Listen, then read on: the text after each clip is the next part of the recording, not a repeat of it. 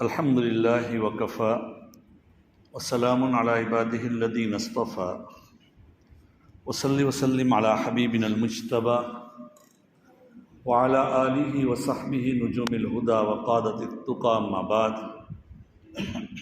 فاعوذ باللہ من الشیطان الرجیم بسم اللہ الرحمن الرحیم وَإِنَّكَ لَعَلَىٰ خُلُقٍ عَظِيمٍ صدق اللہ مولانا العظیم وصدق رسولہ النبی الکریم ونحن علی ذلک لمن الشاہدین والشاکرین والحمد للہ رب العالمین۔ بزرگان محترم، دوستو، یہ مہینہ جو چل رہا ہے وہ ربیع الاول کا مہینہ ہے۔ حق تعالی شانہ نے اسی مہینے میں اپنے نبی محمد الرسول اللہ صلی اللہ علیہ وسلم کو پیدا فرمایا، اور اسی مہینے میں نبی اکرم صلی اللہ علیہ وسلم کی وفات ہوئی۔ مشہور قول کے مطابق نبی اکرم صلی اللہ علیہ وسلم کی پیدائش 12 ربیع الاول کو ہے۔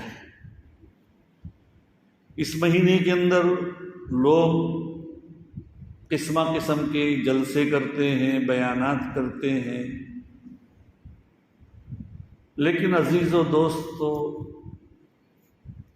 اس مہینے کا اور ان بیانات کا کیا مقصد ہے ذرا مد نظر رکھنا چاہیے۔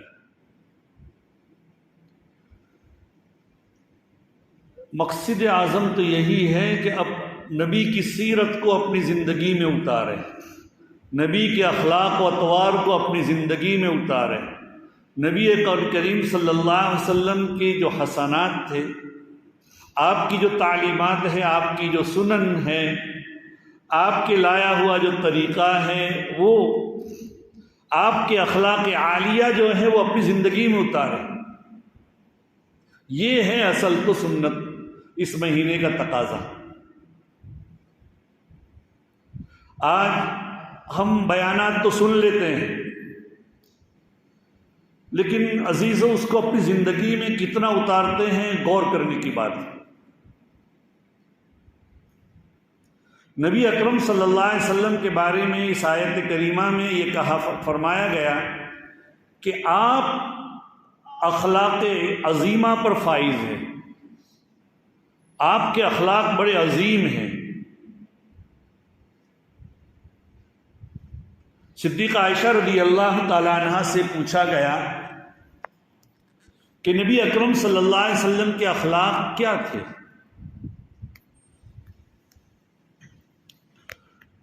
تو انہوں نے جواب دیا، الست تقرؤ القرآن، کیا آپ قرآن نہیں پڑھتے؟ قرآن ہی آپ کے اخلاق تھے۔ الست تقرؤ قولہ تبارک و تعالی انک لعلی خلق عظیم، یہ آپ کے اخلاق۔ اور دیکھیے، خلق عظیم اور خلق حسنہ کے لیے، اچھے اخلاق کے لیے 3 بنیادیں ہیں، اس کے 3 اصول ہیں۔ سب سے پہلا اصل یہ کہ آدمی سب سے ہنستا ملے تو ہنستا مکھڑا ہو، خندہ پیشانی سے ملے، چھوٹا ہو یا بڑا ہو۔ دیکھیے، حضرت جریر ابن عبداللہ ایک صحابی ہیں، بہت اخیر میں مسلمان ہوئے ہیں۔ ان کو یوسف و ہادی الامہ کہا جاتا تھا کہ اس امت کے یہ یوسف ہیں، اتنے خوبصورت تھے۔ وہ فرماتے ہیں، راوی قیس فرماتے ہیں، سمعتہ یقول قال جریر بن عبداللہ رضی اللہ تعالی عنہ ما حجبنی رسول اللہ صلی اللہ علیہ وسلم منذ اسلمت ولا رآنی الا ضاحکا، کہ نبی اکرم صلی اللہ علیہ وسلم جب سے میں مسلمان ہوا ہوں تب سے اللہ کے رسول نے کبھی مجھے روکا نہیں۔ اور یہ کب مسلمان ہوئے؟ ذرا میں اسی لیے جملہ بولا تھا، آخری زندگی میں مسلمان ہوئے، ایک قول کے مطابق حجۃ الوداع کے بعد، یعنی کچھ ہی دنوں کے لیے کچھ ہی دنوں کے اللہ کے رسول کے وصال سے کچھ ہی دنوں پہلے مسلمان ہوئے تھے۔ ان کے بارے میں آتا ہے کہ نبی اکرم صلی اللہ علیہ وسلم نے اللہ کے راستے میں ایک جگہ بھیجا ایک کام کے لیے، تو کہا کہ اللہ کے رسول میں گھوڑے پر برابر بیٹھ نہیں سکتا، گر جاتا ہوں، یہ فرمایا انہوں نے۔ تو اللہ کے رسول نے ان کے سینے کو تھپیڑا اور دعا کی تو ثابت قدم ہو گئی۔ یہ اللہ کے رسول کا ایک معجزہ تھا، اور وہ کام کر کے اللہ کے راستے میں گئے تھے، پورا کر کے آئے تھے۔ بنو دوس کے پاس غالباً بھیجا تھا ان کو۔ تو جریر ابن عبداللہ رضی اللہ تعالیٰ عنہ فرماتے ہیں جب جب بھی مجھے دیکھا اللہ کے رسول ہنسے ہیں، ہنس کر ملنا۔ کن کو؟ جو ابھی ابھی مسلمان ہوئے ہیں۔ آج کل جو کوئی آدمی بہت بڑا ذمہ دار بن جاتا ہے، یا بہت بڑا کسی ریفارمر بن جاتا ہے، یا کسی قوم کا رہبر بن جاتا ہے، تو وہ اخیر میں جب ان کی واہ واہ ہونے لگتی ہے، اور اخیر میں جو لوگ ان کی اتباع کرنے والے ہوتے ہیں ان کو بعض مرتبہ قریب والے آنے بھی نہیں دیتے، لیکن یہ آخری زمانے میں مسلمان ہوئے ہیں، اللہ کے رسول ان کے قریب بھی آنے دے رہے ہیں، ان کو کام کے لیے بھی بھیج رہے ہیں، اپنی ذمہ داری بھی دے رہے ہیں، اور ان کو جب جب بھی مل رہے ہیں اللہ کے رسول صلی اللہ علیہ وسلم ہنستے مل رہے ہیں۔ آج کل تو آدمی کسی سے ملتا ہے تو کم سے کم ہمارا اخلاق یہ کہ مسکرا کر ملے، لیکن بعض مرتبہ بعض لوگ ملتے ایسے ہیں گویا کہ ہماری زبان میں کہتے ہیں کہ اتریلی کڑی پی دلی سے باسی کڑی پی ہوئی ہے، یعنی مطلب یہ ہے کہ وہ خندہ پیشانی سے اور اچھے ہنستے ہوئے ملنے سے بھی کتراتا۔ اللہ کے رسول صلی اللہ علیہ وسلم بچوں سے بھی ملتے تھے۔ حدیث میں آتا ہے نبی اکرم صلی اللہ علیہ وسلم جب کہیں بچوں کے پاس سے گزرتے تھے ان کو سلام کرتے تھے۔ آج ہم بچوں کو کچھ گنتے نہیں، ہمارے بچے ہمارا مستقبل ہے، ان کے ساتھ ہم جس طرح ملیں گے وہ مستقبل میں اس طرح ملیں گے۔ اللہ کے رسول صلی اللہ علیہ وسلم اس طرح ملتے تھے۔ آپ کے اخلاق عظیمہ کے کیا حال؟ حضرت انس رضی اللہ تعالیٰ عنہ فرماتے ہیں یہ اللہ کے رسول صلی اللہ علیہ وسلم کے پاس ان کی والدہ حضرت ام سلیم لے کر آئی، اور کتابوں سے معلوم ہوتا ہے کہ ام سلیم رضی اللہ تعالی عنہا یہ اللہ کے رسول صلی اللہ علیہ وسلم کی کسی طرح محرم عورت تھی، کسی نہ کسی رشتہ داری۔ آپ کی والدہ بھی مدینہ کی تھی، آپ کے دادا حضرت عبد المطلب نے بھی مدینہ میں شادی کی تھی، تو کہیں نہ کہیں کوئی رشتہ داری ملتی ہے محرم ہونے کے لیے۔ تو حضرت اسی لیے نبی اکرم صلی اللہ علیہ وسلم یہ دو بہنیں تھیں ام سلیم اور ام حرام رضی اللہ تعالی عنہا، ان کے گھر بھی جایا کرتے تھے۔ تو ام سلیم جب یہ 10 سال کے تھے اللہ کے رسول ہجرت کر کے آئے تب، اور اللہ کے رسول کے حوالے کیا کہ یہ آپ کا خادم ہے، 10 سال ان کی عمر تھی، یہ آپ اپنے پاس رکھیے، ان کی تربیت کیجیے۔ اللہ کے رسول کی خدمت میں رہنے لگے اور 10 سال تک خدمت کی۔ اب ظاہری بات ہے جو 10 سال کا جو بچہ ہو اس کے اندر تو کھیل کود کی محبت ہوتی ہے، وہ کیسا ہوگا؟ حضرت انس رضی اللہ تعالیٰ عنہ کہتے ہیں کہ نبی اکرم صلی اللہ علیہ وسلم نے کبھی بھی مجھے کوئی کام بھیجا ہو یا کوئی کام کسی کام کو کرنے کا حکم دیا اور میں نے نہیں کیا تو آپ نے یہ نہیں کہا کیوں نہیں کیا، اور کسی کام کو نہ کرنے کا حکم دیا ہو اور میں نے کیا ہو تو کیوں کیا، ایسا کبھی بھی نہیں کہا نبی اکرم صلی اللہ علیہ وسلم۔ بلکہ ایک مرتبہ نبی اکرم صلی اللہ علیہ وسلم نے مجھے ایک کام کے لیے بھیجا، میرے دل میں یہ تھا کہ میں کام کروں گا، لیکن میں نے کہا نہیں جاؤں گا، اور پھر میں وہاں سے نکل گیا۔ میرے دل میں یہ بات تھی کہ میں کام کروں گا، لیکن راستے میں بچے مل گئے تو میں ان کے ساتھ کھیلنے لگا۔ بہت دیر ہو گئی ہوگی، تو اللہ کے رسول صلی اللہ علیہ وسلم خود ہی نکلے کہ کیا ہوا دیکھو تو صحیح. تو دیکھا تو حضرت انس بچوں کے ساتھ کھیل رہے ہیں. اللہ کے رسول صلی اللہ علیہ وسلم نے فرمایا ارے میں نے جو تم کو کام سپرد کیا تھا وہاں گئے نہیں؟ بس اتنا ہی کہا. میں نے کہا میں جا رہا ہوں اور وہ کام پورا کر دیا ہوگا. اللہ کے رسول صلی اللہ علیہ وسلم نے مجھے کچھ بھی نہیں کہا. یہ آپ صلی اللہ علیہ وسلم کے اخلاق ہے. تو حسن اخلاق کا سب سے پہلا معیار اصول تو یہ ہے آدمی اپنے اندر پیدا کریں تو سب سے پہلا یہ ہے کہ اپنے خندہ پیشانی سے ہنستے ہوئے ملے.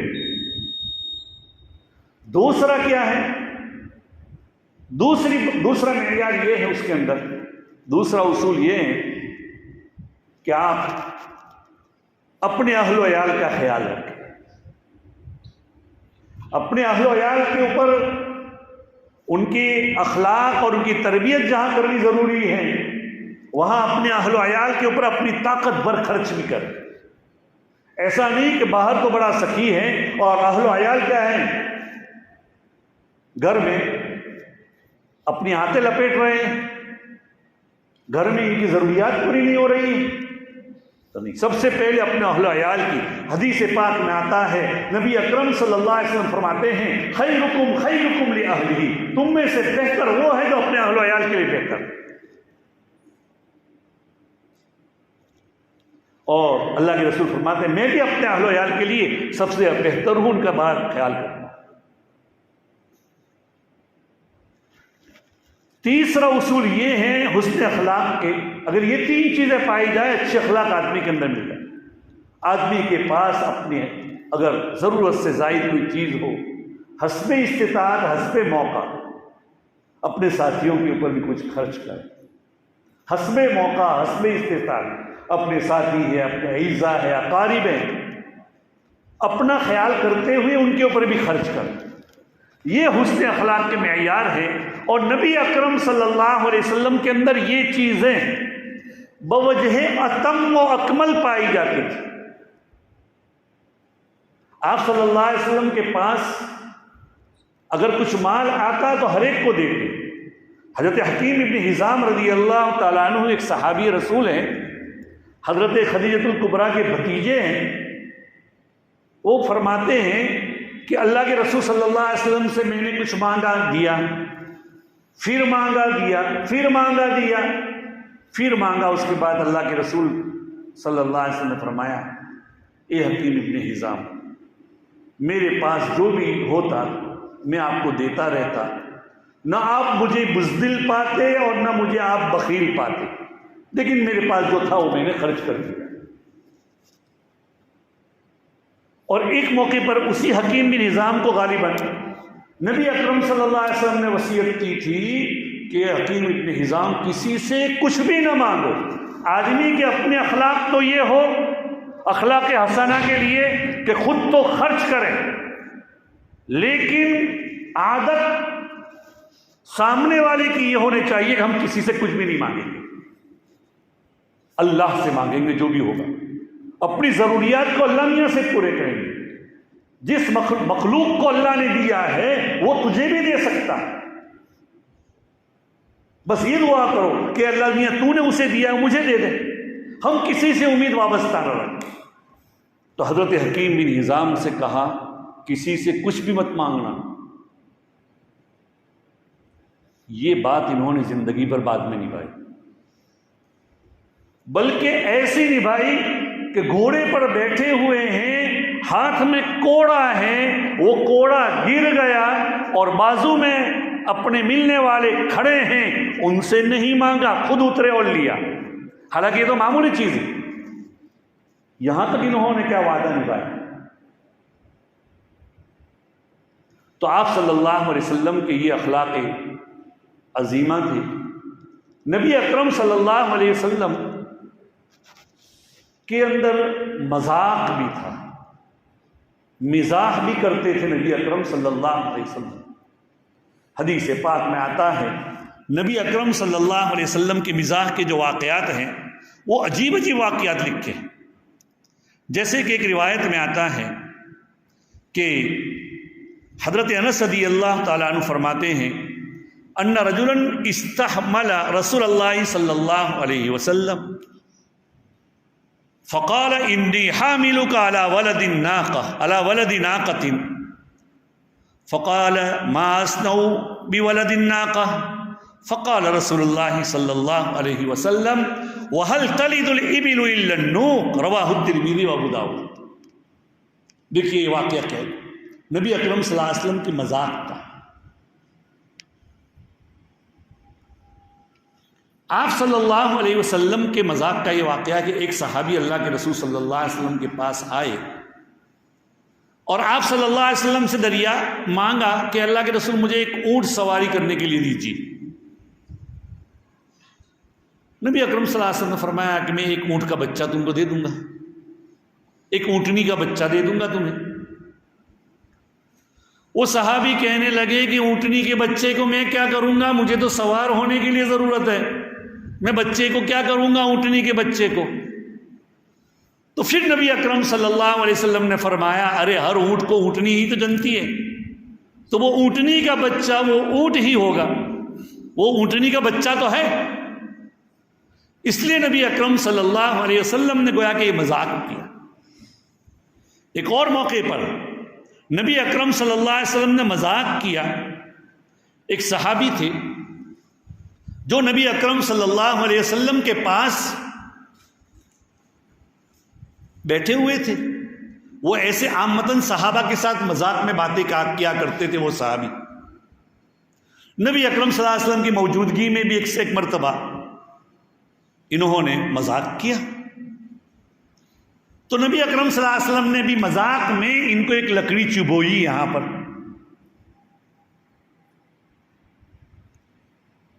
تو وہ صحابی کہہ رہے ہیں کہ تم نے مجھے لکڑی چبوئی تو میں تو اس کا بدلہ لوں گا، مجھے بدلہ لینے کا موقع دیجیے۔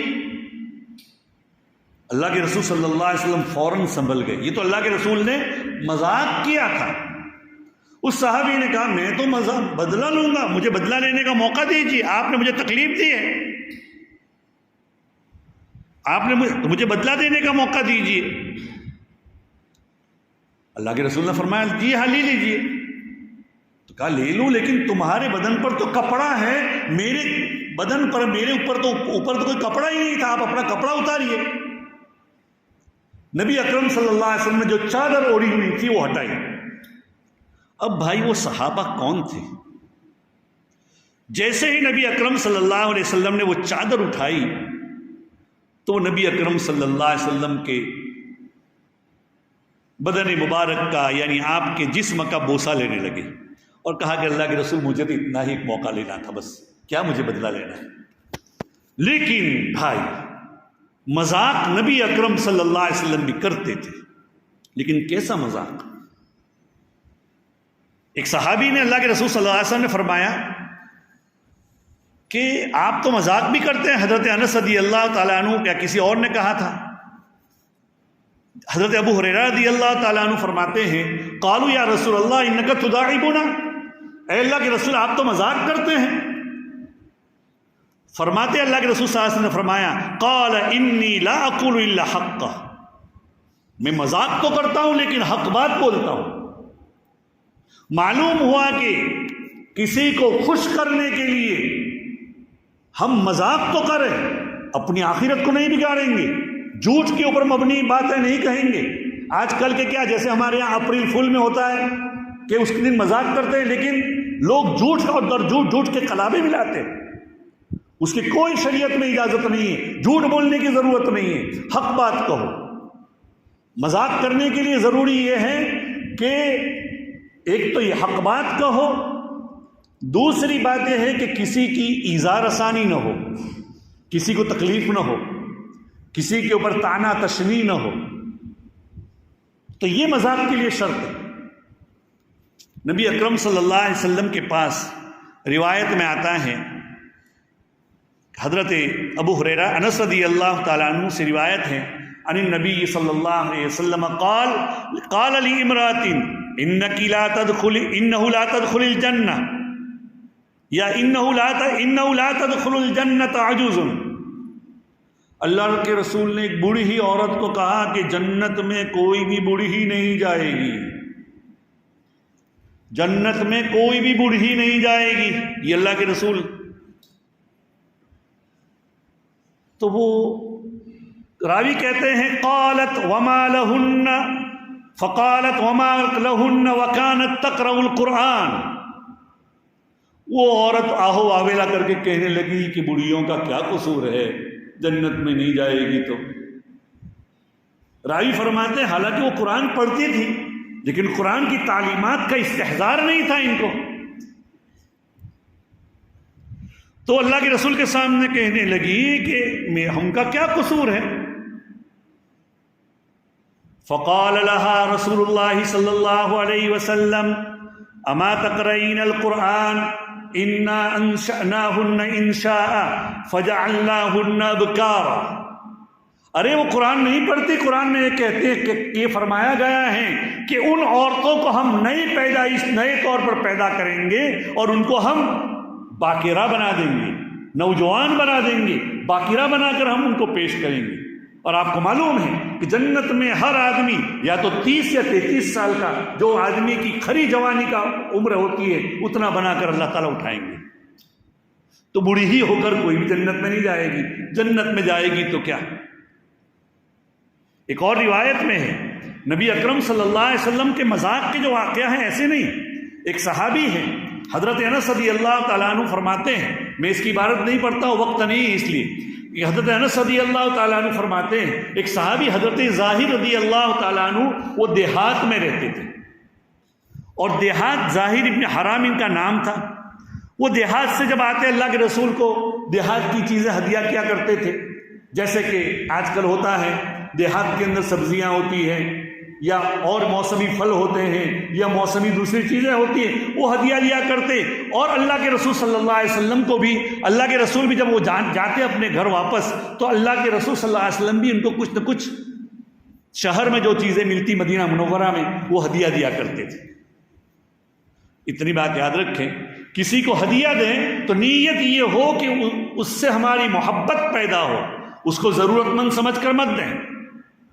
ضرورت مند سمجھ کر دے رہے ہیں یہ غلط خام خیالی، ہدیہ دے رہے ہیں تو یہ سمجھ کر دیں کہ یہ ہماری ان کی محبت پیدا ہو۔ تو سیدنا ظاہر رضی اللہ تعالیٰ عنہ جب آتے ایسا ہوتا، ایک مرتبہ ایسا، اور مدینے میں آ کر چیزیں بیچتے بھی تھے وہ دیہات کی چیزیں۔ ایک مرتبہ مدینے کے بازار میں یہ بیچ رہے تھے، پیچھے سے نبی اکرم صلی اللہ علیہ وسلم آئے، اور ہمارے یہاں جیسے بچے کرتے ہیں چھپ چھپی، ایسے اللہ کے رسول نے ان کے کیا ہے ایسے آنکھوں پر کلی باندھ دی اور پیچھے کی جانب سے یہ مذاق کیا نبی اکرم صلی اللہ علیہ وسلم نے۔ تو ان کو معلوم نہیں تھا کہ کون ہے، تو وہ کہنے لگے چھوڑو مجھے، چھوڑو، کون ہے بھائی؟ لیکن ایسے کننکیوں سے دیکھا، تھوڑا بہت انداز ہو گیا کہ یہ تو نبی اکرم صلی اللہ علیہ وسلم ہے۔ تو وہ راوی خود کہتے ہیں حضرت ظاہر کہ جب مجھے معلوم ہوا کہ نبی اکرم صلی اللہ علیہ وسلم ہیں تو وہ اور پیچھے ہونے لگے تاکہ ان کی پشت نبی کے سینے سے لگے۔ یہ محبت کی دلیل ہے، اور کتنے مبارک آدمی تھے بھائی، تو ان کی پشت نبی سے جتنا لگے اور کیا کیا لگانے لگے۔ اللہ کے رسول صلی اللہ علیہ وسلم نے پھر مذاق کیا کہ کون اس غلام کو مجھ سے خریدے گا۔ روایات میں آتا ہے کہ حضرت ظاہر کچھ بد شکل جیسے تھے، روایات سے الفاظ یا وکانہ دمیمن کہ وہ بد شکل تھے، تو انہوں نے کہا اللہ کے رسول آپ مجھے بیچیں گے تو مجھے تو کم قیمت پاؤ گے، میری کوئی قیمت نہیں ہوگی۔ تو پھر اللہ کے رسول صلی اللہ علیہ وسلم نے فرمایا ارے تم اللہ کے یہاں بے قیمت نہیں ہو، تمہاری اللہ کے یہاں بڑی قیمت۔ یہ ان کے ساتھ مذاق کیا۔ اللہ کے ساتھ ہی ساتھ حسن اخلاق کے لیے ضروری ہے کہ آدمی کے اندر تحمل پایا جائے، برداشت کی طاقت ہو۔ نبی اکرم صلی اللہ علیہ وسلم کے واقعات میں لکھا ہے بھئی دیکھو میاں بیوی میں، چاہے میاں بیوی کوئی بھی ہو، کبھی نہ کبھی نوک جھلک تو ہو ہی جاتی ہے، کبھی نہ کبھی کیا جھگڑا ہوتا بھی ہے۔ ایک مرتبہ صدیق اکبر رضی اللہ تعالیٰ عنہ اللہ کے رسول صلی اللہ علیہ وسلم ان کی بیٹی ام المومنین سیدہ عائشہ رضی اللہ تعالیٰ عنہا کے یہاں موجود تھے۔ تو وہاں باری تھی، اللہ کے رسول وہاں موجود تھے، تو صدیق اکبر آئے اور ادھر اللہ کے رسول اور حضرت عائشہ کے درمیان میں تو میں ہو رہی تھی. تو حضرت عائشہ، اللہ کے رسول کی آواز پس، صدیق عائشہ رضی اللہ تعالیٰ عنہا کی آواز تھوڑی بلند ہو رہی تھی. حضرت صدیق اکبر اندر داخل ہوئے. آج کل ہماری بیٹی کے ساتھ اس کا شوہر لڑ رہا ہو تو ہمارا رویہ کیا ہو جاتا ہے اس وقت؟ حقیقت کو جانے بغیر ہم بیٹی کا پکش لے لیتے ہیں، ہم بیٹے کی طرفداری کریں گے اور شوہر اور اپنے داماد کے ساتھ الجھ جائیں گے. ادھر تو یہ بات امید تھی ہی نہیں. اور نبی اکرم صلی اللہ علیہ وسلم کے اخلاق ایسے تھے کہ آپ اپنے اہل و عیال کے ساتھ کبھی بھی ظلم نہیں کر سکتے تھے. صدیق اکبر آئے، اچھا اپنی بیٹی کو کہنے لگے تو نبی کے سامنے آواز بلند کر رہی ہے، تجھے آواز بلند کرنے کی ہمت کیسے ہوئی؟ ہاتھ اٹھایا، چہرے پر مارنے کی تیاری تھی. اس وقت تک چہرے کی مارنے کی ممانعت نہیں آئی ہوگی. اللہ کے رسول صلی اللہ علیہ وسلم بیچ میں پڑ گئے، ماننے نہیں دیا. دیکھیے اس میں مذاق بھی پایا جا رہا ہے نبی اکرم صلی اللہ علیہ وسلم کا، اور آپ کا تحمل بھی پایا جا رہا ہے. تھوڑی ہی دیر کے اندر ہوا ایسا کہ نبی اکرم صلی اللہ علیہ وسلم اور بیچ میں کھڑے ہی تھے، صدیق اکبر رضی اللہ تعالیٰ عنہ مارے غصے کے نکل گئے اپنی بیٹی کے اوپر. اللہ کے رسول نے ان کے جانے کے بعد کہا کہ دیکھا میں نے تجھے بچایا نا. دیکھو یہ مذاق بھی پایا جا رہا ہے. میں نے تمہارے ابا کی تھپڑ سے تمہیں بچایا، ورنہ آج تمہیں تھپڑ رسید ہو جاتی چہرے پر. ابھی 1 منٹ پہلے نبی کے ساتھ الجھ رہی تھی، لیکن نبی تحمل بھی کر رہے ہیں اور نبی مذاق بھی کر رہے ہیں. پھر ان کے درمیان صلح ہو گئی. ایک دن ہوا ایسا کہ صدیق اکبر دوبارہ آئے، کہا کہ دیکھو ادخلانی فی سلمکما کما ادخلتمانی فی حربکما. آئے اندر، ارے تم نے اپنی لڑائی میں تو مجھے شریک کیا تھا، اب صلح ہو گئی تو اب بھی شریک کر لو.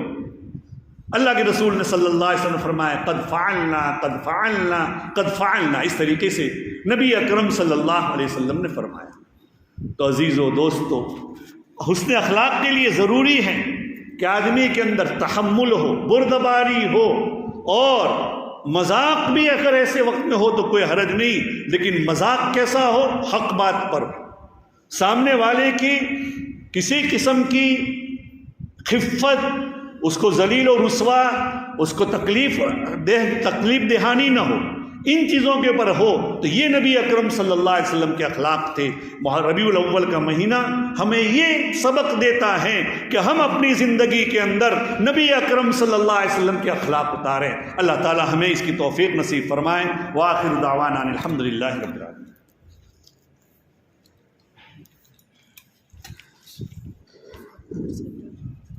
اجازت لی؟ ٹھیک ہے، کر لینا.